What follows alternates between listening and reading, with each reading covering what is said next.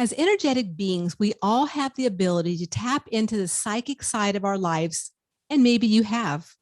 I mean, have you ever had dreams or visions that have come true?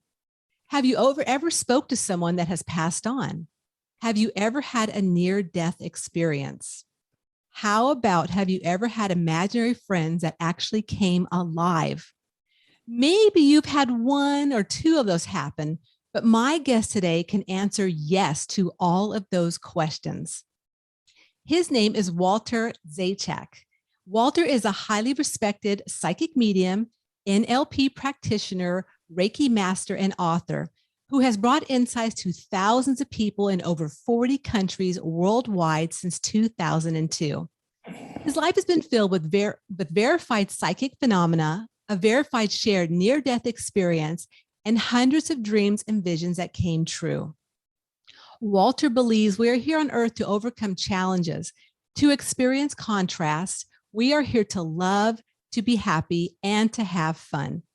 Walter is the author of a powerful novel based on his life where two childhood imaginary friends became real live women.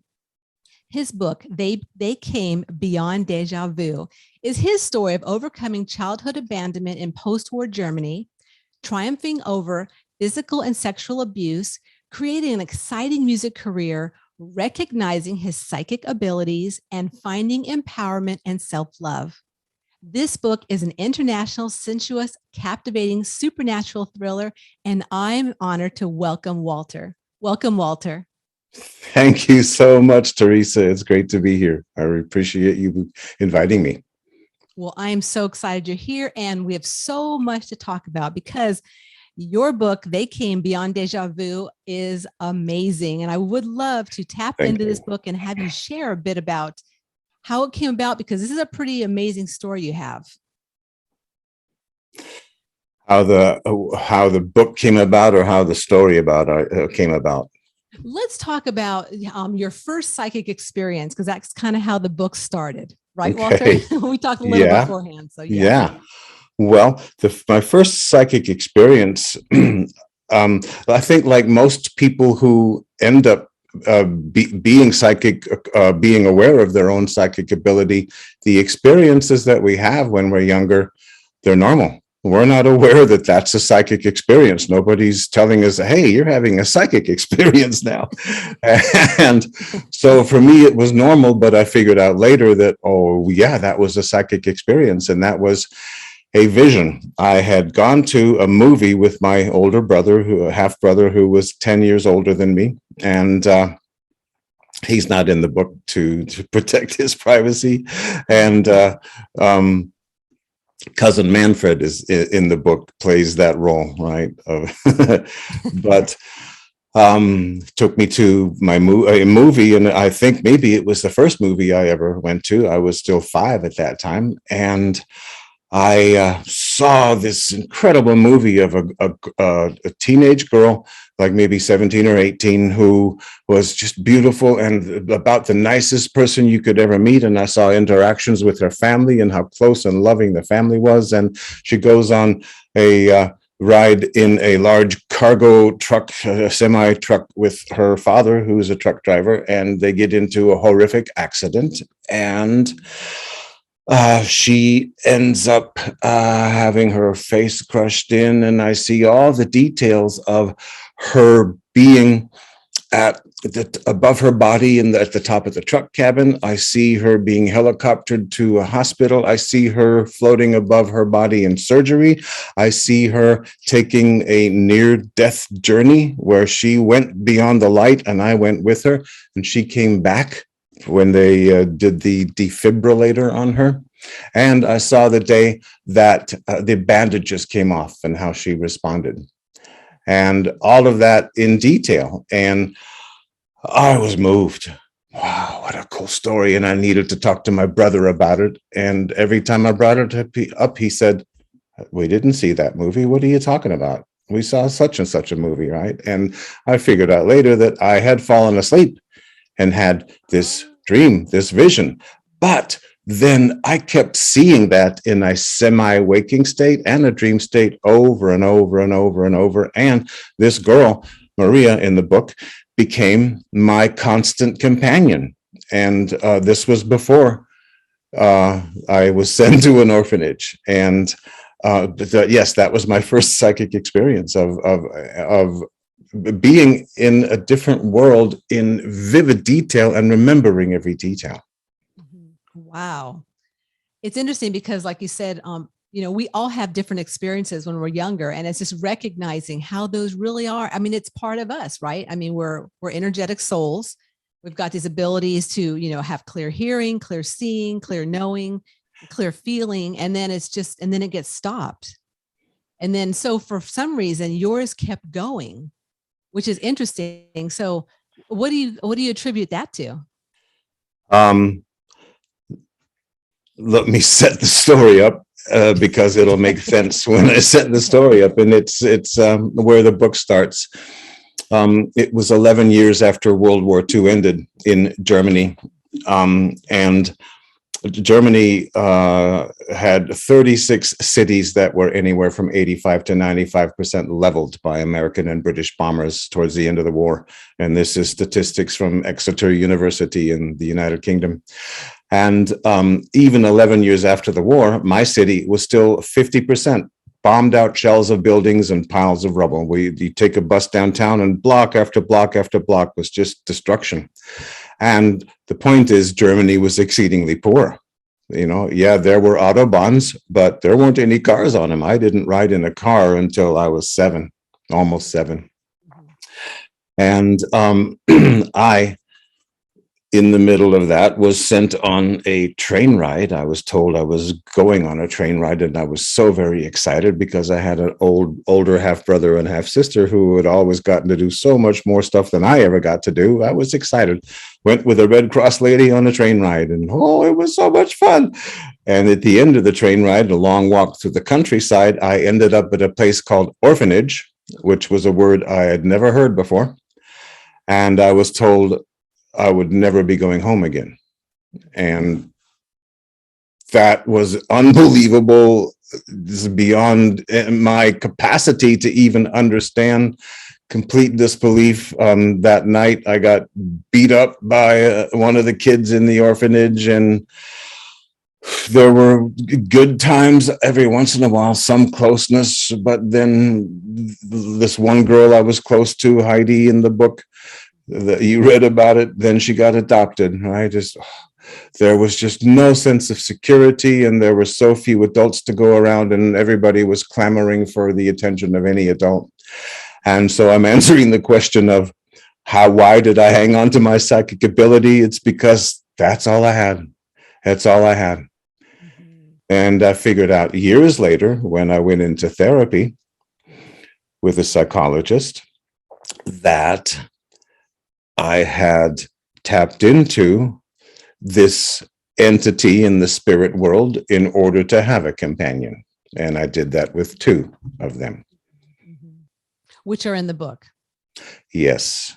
And here's another thing, just to add to that. I have found in my own work, and then the work of studying famous psychics and regular working psychics like us, and that is that the phrase, these exact words, I hear it over and over: we are the wisest we will ever be when we're 5 years old and younger, because we're sweet, precious, innocent, and we're still in tune with where we came from, the spirit world, right? Yeah.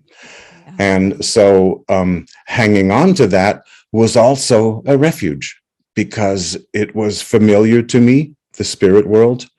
And then, of course, this girl I had seen over and over and over, and we had become companions where we interacted, where we spoke and she answered, and we would fly to the clouds and fly over the meadow and just do amazing things that were nurturing and, companionship, right? Which I didn't have anywhere else. Otherwise, if I was in the meadow being with her, if I wasn't with her, I was just alone in the meadow, even though there were tons of other kids around me, right? We were all alone. And most of us still are, even as adults, right? Even when we're in a relationship, ultimately, we're alone. That's depressing, isn't it? Sorry. No, but it is true. Yeah. Or many people feel alone. We're really not alone. I believe we have our guidance. We've got a personal team of guidance we work with, or Yes. ascended masters or angels or whatever you want to call them, or even Yeah. beings from other places. So we're Yeah. never really alone, but a lot of people do feel alone. Yeah. So Yep. And what a that, story, Walter. yeah, thank you. So after a year in the orphanage, I was adopted by an American Air Force couple, and they were abusive. Literally within weeks after being adopted, I was getting spanked so hard that my bottom was bleeding. Mm. Bare bottom, with Yeah. tools, wooden spoons, and the back of a hairbrush. Yeah. Wow. And so things went from bad to worse. And I was lost, my perspective on life was that the perspective of a victim. I felt powerless and constantly felt like the universe was messing with me. And then there were times, gosh, I was angry at my mama for this, right? And then I haven't filled in that story. The reason that I ended up at an orphanage and was told that I would never go home again, and didn't know about that, was my mama had been dying of cancer for a year. Up until that point, she knew she was dying. Everybody in the family knew she was dying, except little Walter, who they decided wasn't emotionally strong enough to accept the fact that his mama was in the process of dying. So I was angry at her for dying, for leaving me, but then also, without really understanding it rationally, just that sense of, you never said goodbye. Right. Right. And your father, I mean, he showed up in the book. He came to visit you at the orphanage. Yeah. And he was a severe alcoholic, severe wife beater. He would literally beat the crap out of her every few nights. Sometimes it felt like every night when he came home. And he would always come home drunk, always. And he was an angry man. He had, not to excuse him, but maybe to explain some of the anger, he was captured in the Second World War. Everybody had to be a soldier. You weren't necessarily a Nazi or a member of the party. You had to be a soldier. You were conscripted. And he ended up in Russia, and the Russian front got captured pretty early, and they put him to work in a coal mine for the next 3 years. And his health deteriorated massively. He came out just totally sick and angry as hell. My uncle Walter, who I was named after, he got captured early in the war too, in North Africa, when the Second World War was being fought over there between the Americans and the Germans in the deserts of North Africa. And he was sent to Montana and Idaho, prisoner of war camps, and he said he was treated like a king, and he loved the Americans, right? And after the war, he opened up a tavern and catered mostly to American soldiers, because he had learned some really bad English, mostly swear words, and they loved him because he liked Americans, right? And I met him again years later, and he told me that it was amazing to him because the Germans treated prisoners of war just horrifyingly, treated people horrifyingly. And for him, it was just, God bless America. This is great. Thank you, Montana, Idaho.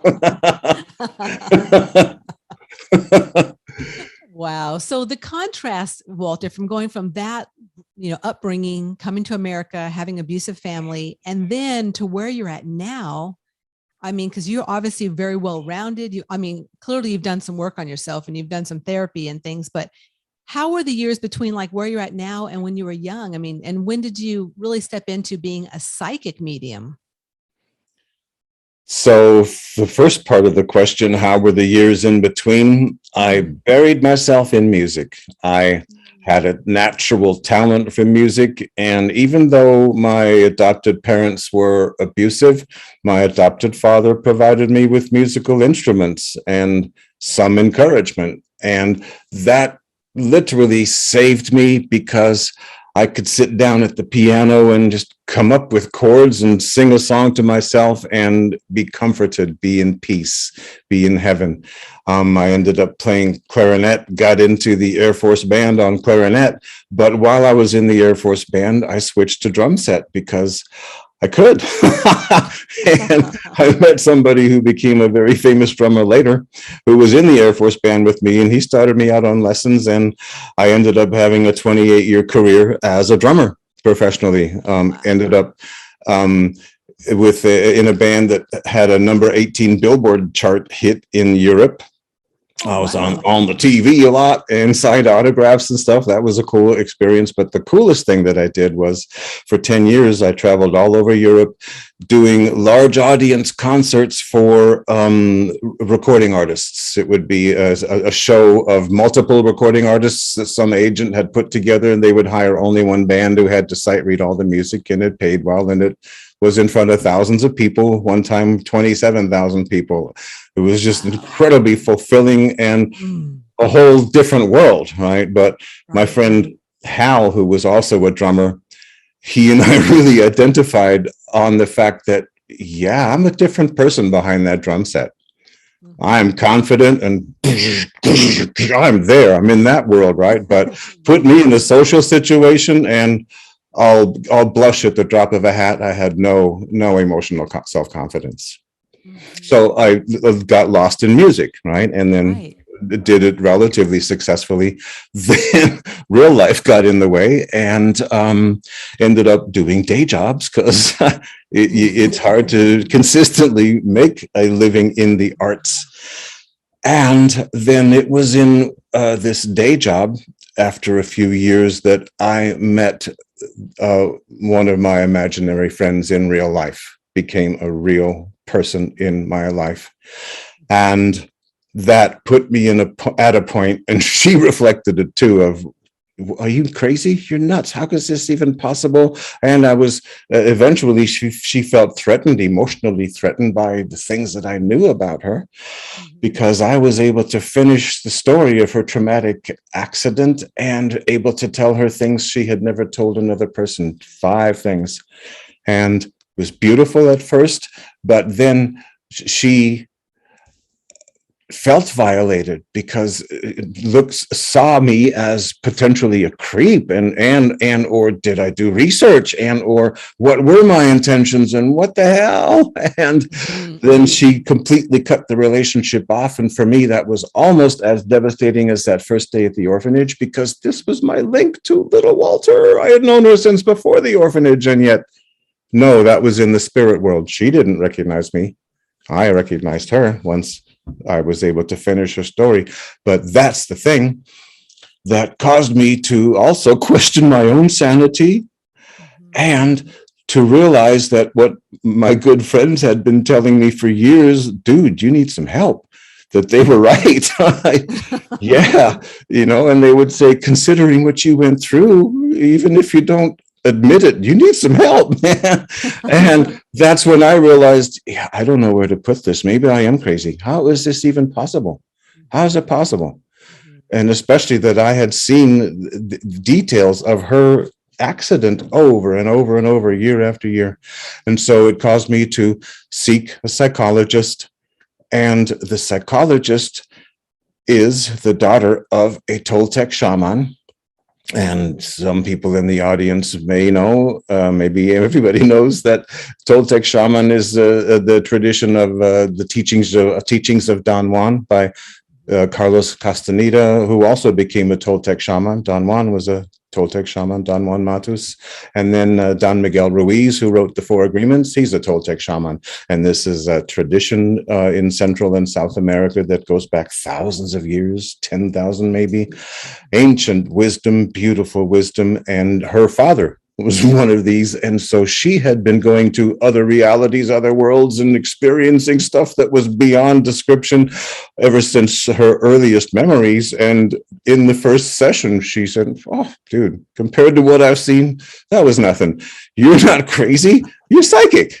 You're psychic, right? And so that was my first awareness of, oh, Yay, right, I'm not because crazy. yeah, but then being psychic, right? In other words, like I mentioned earlier, when we have psychic experiences, for most of us, we don't know that it's a psychic experience now. It's Mhm, just, yeah, this is mhm. normal. This is just my life. And what other life do we have to compare it to? Right. And that was Unless you, obviously long before, like today, there is so much spirituality out there, mediumship out there. I mean, maybe a lot of people still don't believe in it, but a lot it's more mainstream now. And so yeah, obviously during that time it quite wasn't, and you had to really step into that, right? yeah. And of course, yeah, therapy, right? It wasn't solved in the first session. It was session Mm-hmm. after session. And the thing that she taught me that is so important to me and my work that I try to convey to every client in every session. And that is, oh my God, you have to love yourself passionately. Mm-hmm. And like most people, I find that among my clients, maybe you do too. They don't want to hear that. It's like, dude, can't I get other people to love me? Why do I have to love me? Right? That's hard.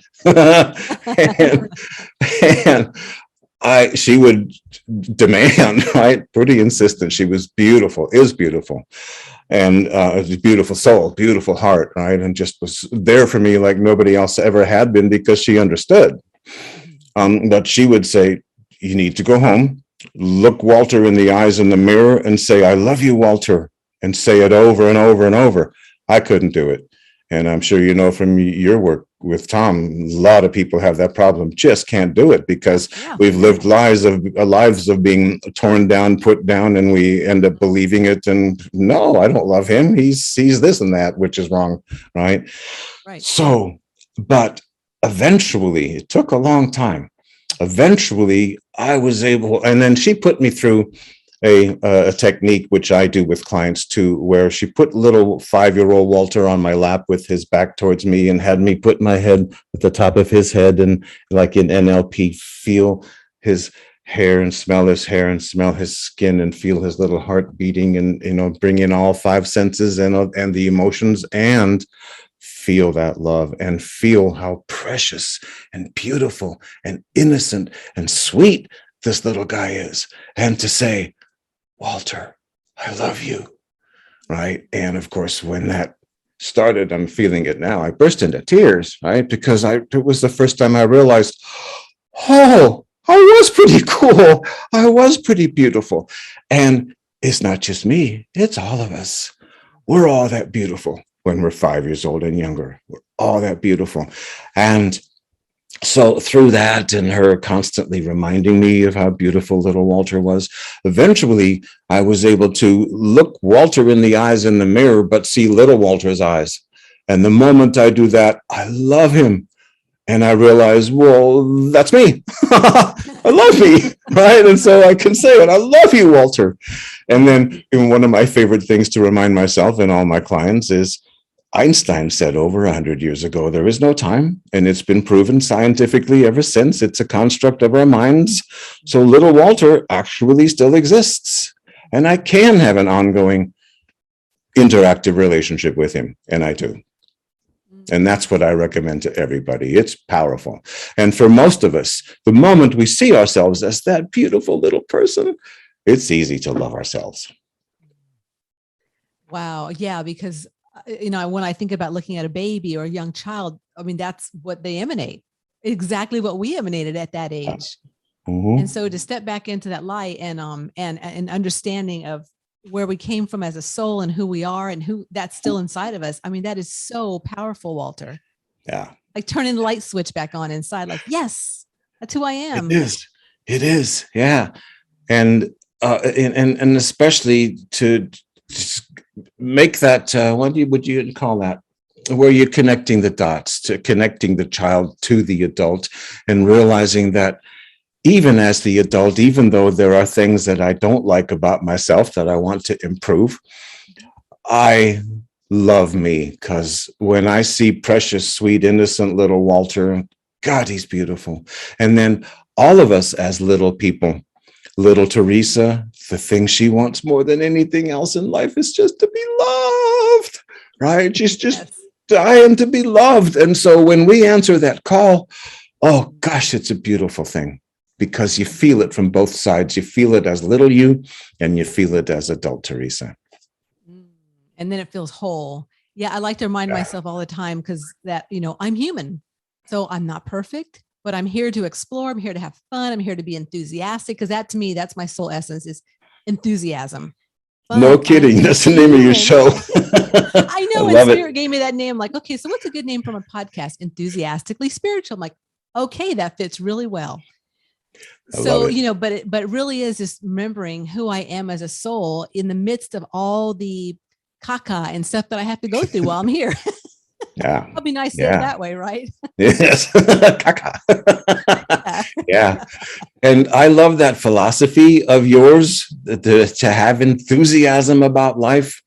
One of my favorite quotes is from an American poet from the 1800s, a guy named Albert Hubbard. He said, "Don't take life too seriously. You'll never get out of it alive." Love And it. Yes. to me, that means if you're going to have fun now, right? And why make a big deal out of something? Because you're going to die anyway. So why not have fun now? And so, I love your enthusiasm and something that my clients get tired of hearing from me. And that is, dude, have fun, have fun, have fun, have fun, have fun, have fun now, Right. now, because now is all you have. Now, Right. now. And the same thing with love. If you're going to feel love, have love in your life, figure out a way to do that, get that right now. It doesn't have to be Barbara who left you 8 years ago and you still want her, but somebody, the cashier at the supermarket, just when she said, "Thank you, how are you?" Right? That's love, right? So just find love, be in the moment and search that out. And then we're happy. And then especially anything that we decide to do, even the dishes, vacuuming, cleaning the toilet, right? Make it fun. Figure out a way to make it fun. Or at the very least, figure out a way to laugh about something while you're doing it. And to me, that's the secret. Well, happiness, right? Everybody, we know wants to be happy. And yet we're usually putting that off. Yeah, after I get that job, I'm going to be happy. Or after I find that person, I'm going to be happy, right? But the truth is, and we all know it, the ancients said it thousands of years ago, quantum physics is confirming it, that all you have is now, right now. That's it, right now. And if you're going to do anything, be anything, have any power, now. And so fun. Enthusiasm. Enthusiasm. But I looked at your Instagram account. You said on there, life should be fun. You have choices, therefore power. Yeah. That's the key. Having choices gives you power. I mean, because as a soul, I'm free. I'm a free agent in the universe, but it's all the things that we go through here that, we put on top of us and all the concepts and beliefs, but life should be fun, right, Walter? Yeah. Oh, big time. And then, for me, having had my power taken away from me when I arrived at the orphanage, that's huge for me. And then my finding is with all of my clients, that's a big issue, to have your own personal power, to feel like you have the option and the ability to make good choices, the freedom to make good choices, which we're finding a lot of people on the planet don't have, right? Right, exactly. And or the situations we've been in, it triggers all that lack of freedom. Yeah. From being in isolation and being told what to do with your body and et cetera, et cetera. It's like, it's kind of everywhere. So it's really, to me, it's like a time of great empowerment if you can move beyond that and access what you're really here to do and who you are as a soul essence. Yeah. My observation, understanding is that every major religion has some phrasing to the effect that we're created in the image and likeness of the creator, and that this creator gave us absolute free will. And so the first concept, and even tribal religions usually have those two principles in them based on that, which means we're here to create, and creating is making choices. And being created in the image and likeness of, it's not a pretend thing. This is what you're supposed to do. You're supposed to be creative, to be creating. And then that second principle of absolute free will, well, You can't be an actual creator unless you're absolutely free to create anything and everything. The moment there's a limitation or a rule, you're not a creator, you're an imitator. And okay, there are rules of morality, and yet clearly look around, we're free to do whatever the hell we want, right? And to experience the consequences. And my understanding is that's what we're here for, to experience the opposite of being just like God or goddess, because in that state, we're all beautiful. We're all knowing. We know only happiness, and yet we have no way to really treasure happiness or treasure beauty unless we have a framework within which to put it, which would be the opposite, ugliness. Until you've experienced ugliness, you have no real deep appreciation for beauty. And I believe that's what we're here for. To, I noticed on your website, you talk about learning lessons, right? And yeah, to me, it's learning lessons, understanding, but I don't feel like those lessons are imposed upon us. I believe that we choose those lessons. And that's the power. That's the power. Whatever you want to experience, you got it, dude. And that includes being a victim for decades like I was, or it includes figuring out a way to have fun right now. Yeah. And it's also, to me, I believe we're all different states of consciousness. So, and each person's on their unique journey. So some people, they may not get it this lifetime. They may have to go 3 or 4 more lifetimes to understand how to move out of that victimhood, where they're stuck at. But it's okay. I mean, as long as, but in some way, figure out how to have fun and how to step into that love vibration, which love equals creative, right? Yeah. And to me, love equals God, goddess. I like to think of God as a female energy, love, right? And it says that in spiritual writings, God is love, goddess is love, and which then means love is goddess, love is the universe. And I've also have the understanding that love is the only power that exists. Yeah, there's hate, right? But just like with light, darkness doesn't exist until you cut off the light. You can't put a box of darkness in a box, open up the box and fill the room with darkness. Not an option. But if the room is dark, the way to change that is to turn on the light or open the window and let the sunlight in. Right? So the only true force is light. And then the opposite is the absence of. And to me, it's the same with good and evil, with love and hate. There's only one force, it's love. And if you cut that off, then it becomes hatred. It becomes insensitivity and meanness. And the same thing with, for me, evil. Evil exists, absolutely. But the way to overcome that is with love, not with beating it down with more evil. That just, like Jung says, what you resist persists. Without a doubt. And we're seeing that all over the globe, right? Boy, howdy. Whoa. Yeah. In a big way. But, I believe that things are really changing, though. I mean, everything happens for a reason. I also believe that everything is a mirror of what we're all feeling inside. Yeah. So that so the outside is reflection of what many people are, unfortunately, feeling inside. Yeah. That's, I think, where mass consciousness comes into play. Carl Jung talked about that a lot, and so do most of the modern spiritual writers. Mass consciousness, it exists. Oh, definitely. This mass identity of who we are and what we're going through and who the enemy is, etc. Right. And how much do you want to play in that field? Pass. Yeah. Right, Walter. Yeah. I mean, I feel the field every day, but I can stay cleansed. I can, keep myself grounded and balanced. But it is present. That's for darn sure. Yeah. No question. It is. Yeah.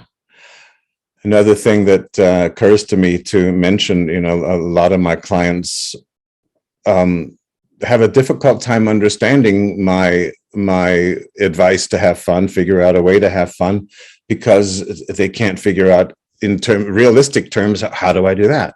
How do I do that? And my favorite way is gratitude. Gratitude is powerful. It's magical to me. It's the key to most things in life. Gratitude is the antidote to emotional pain.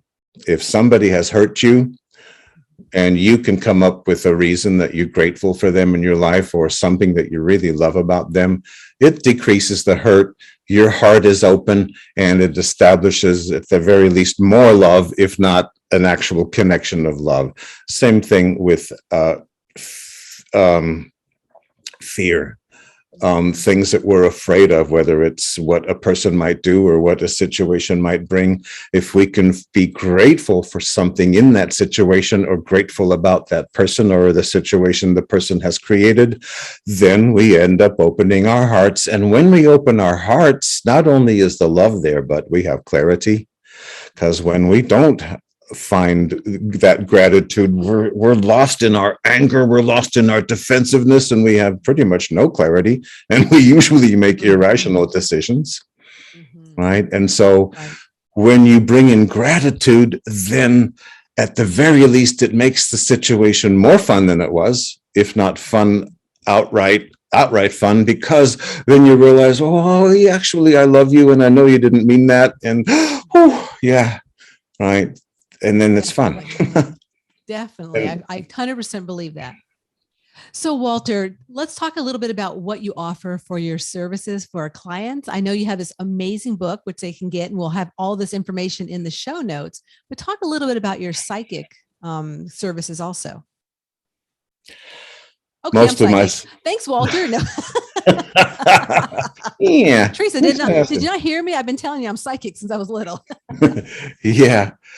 I think I mentioned it. My handle is the Empowerment Psychic, and that's my whole purpose, and is in each session to empower my client and empower them with insight, psychic insight about, okay, this is where you've been, this is what happened to you, this is why you're responding this way to that situation now, because of what you experienced when you were a kid and or in that last relationship. And then this is what this person is like, and how you can better communicate with this person that you're currently trying to work things out with. And this is the future path that you're on with this person, and here's how you can make it better, that future path, right? To me, all of that is empowerment, because I set them up with information which allows them to make the choices, which then give them the power. And in doing that, I use my psychic mediumship ability, I use reiki, I use NLP, neuro linguistic programming, and I use what I've learned from life, just, life experience after however many years, right?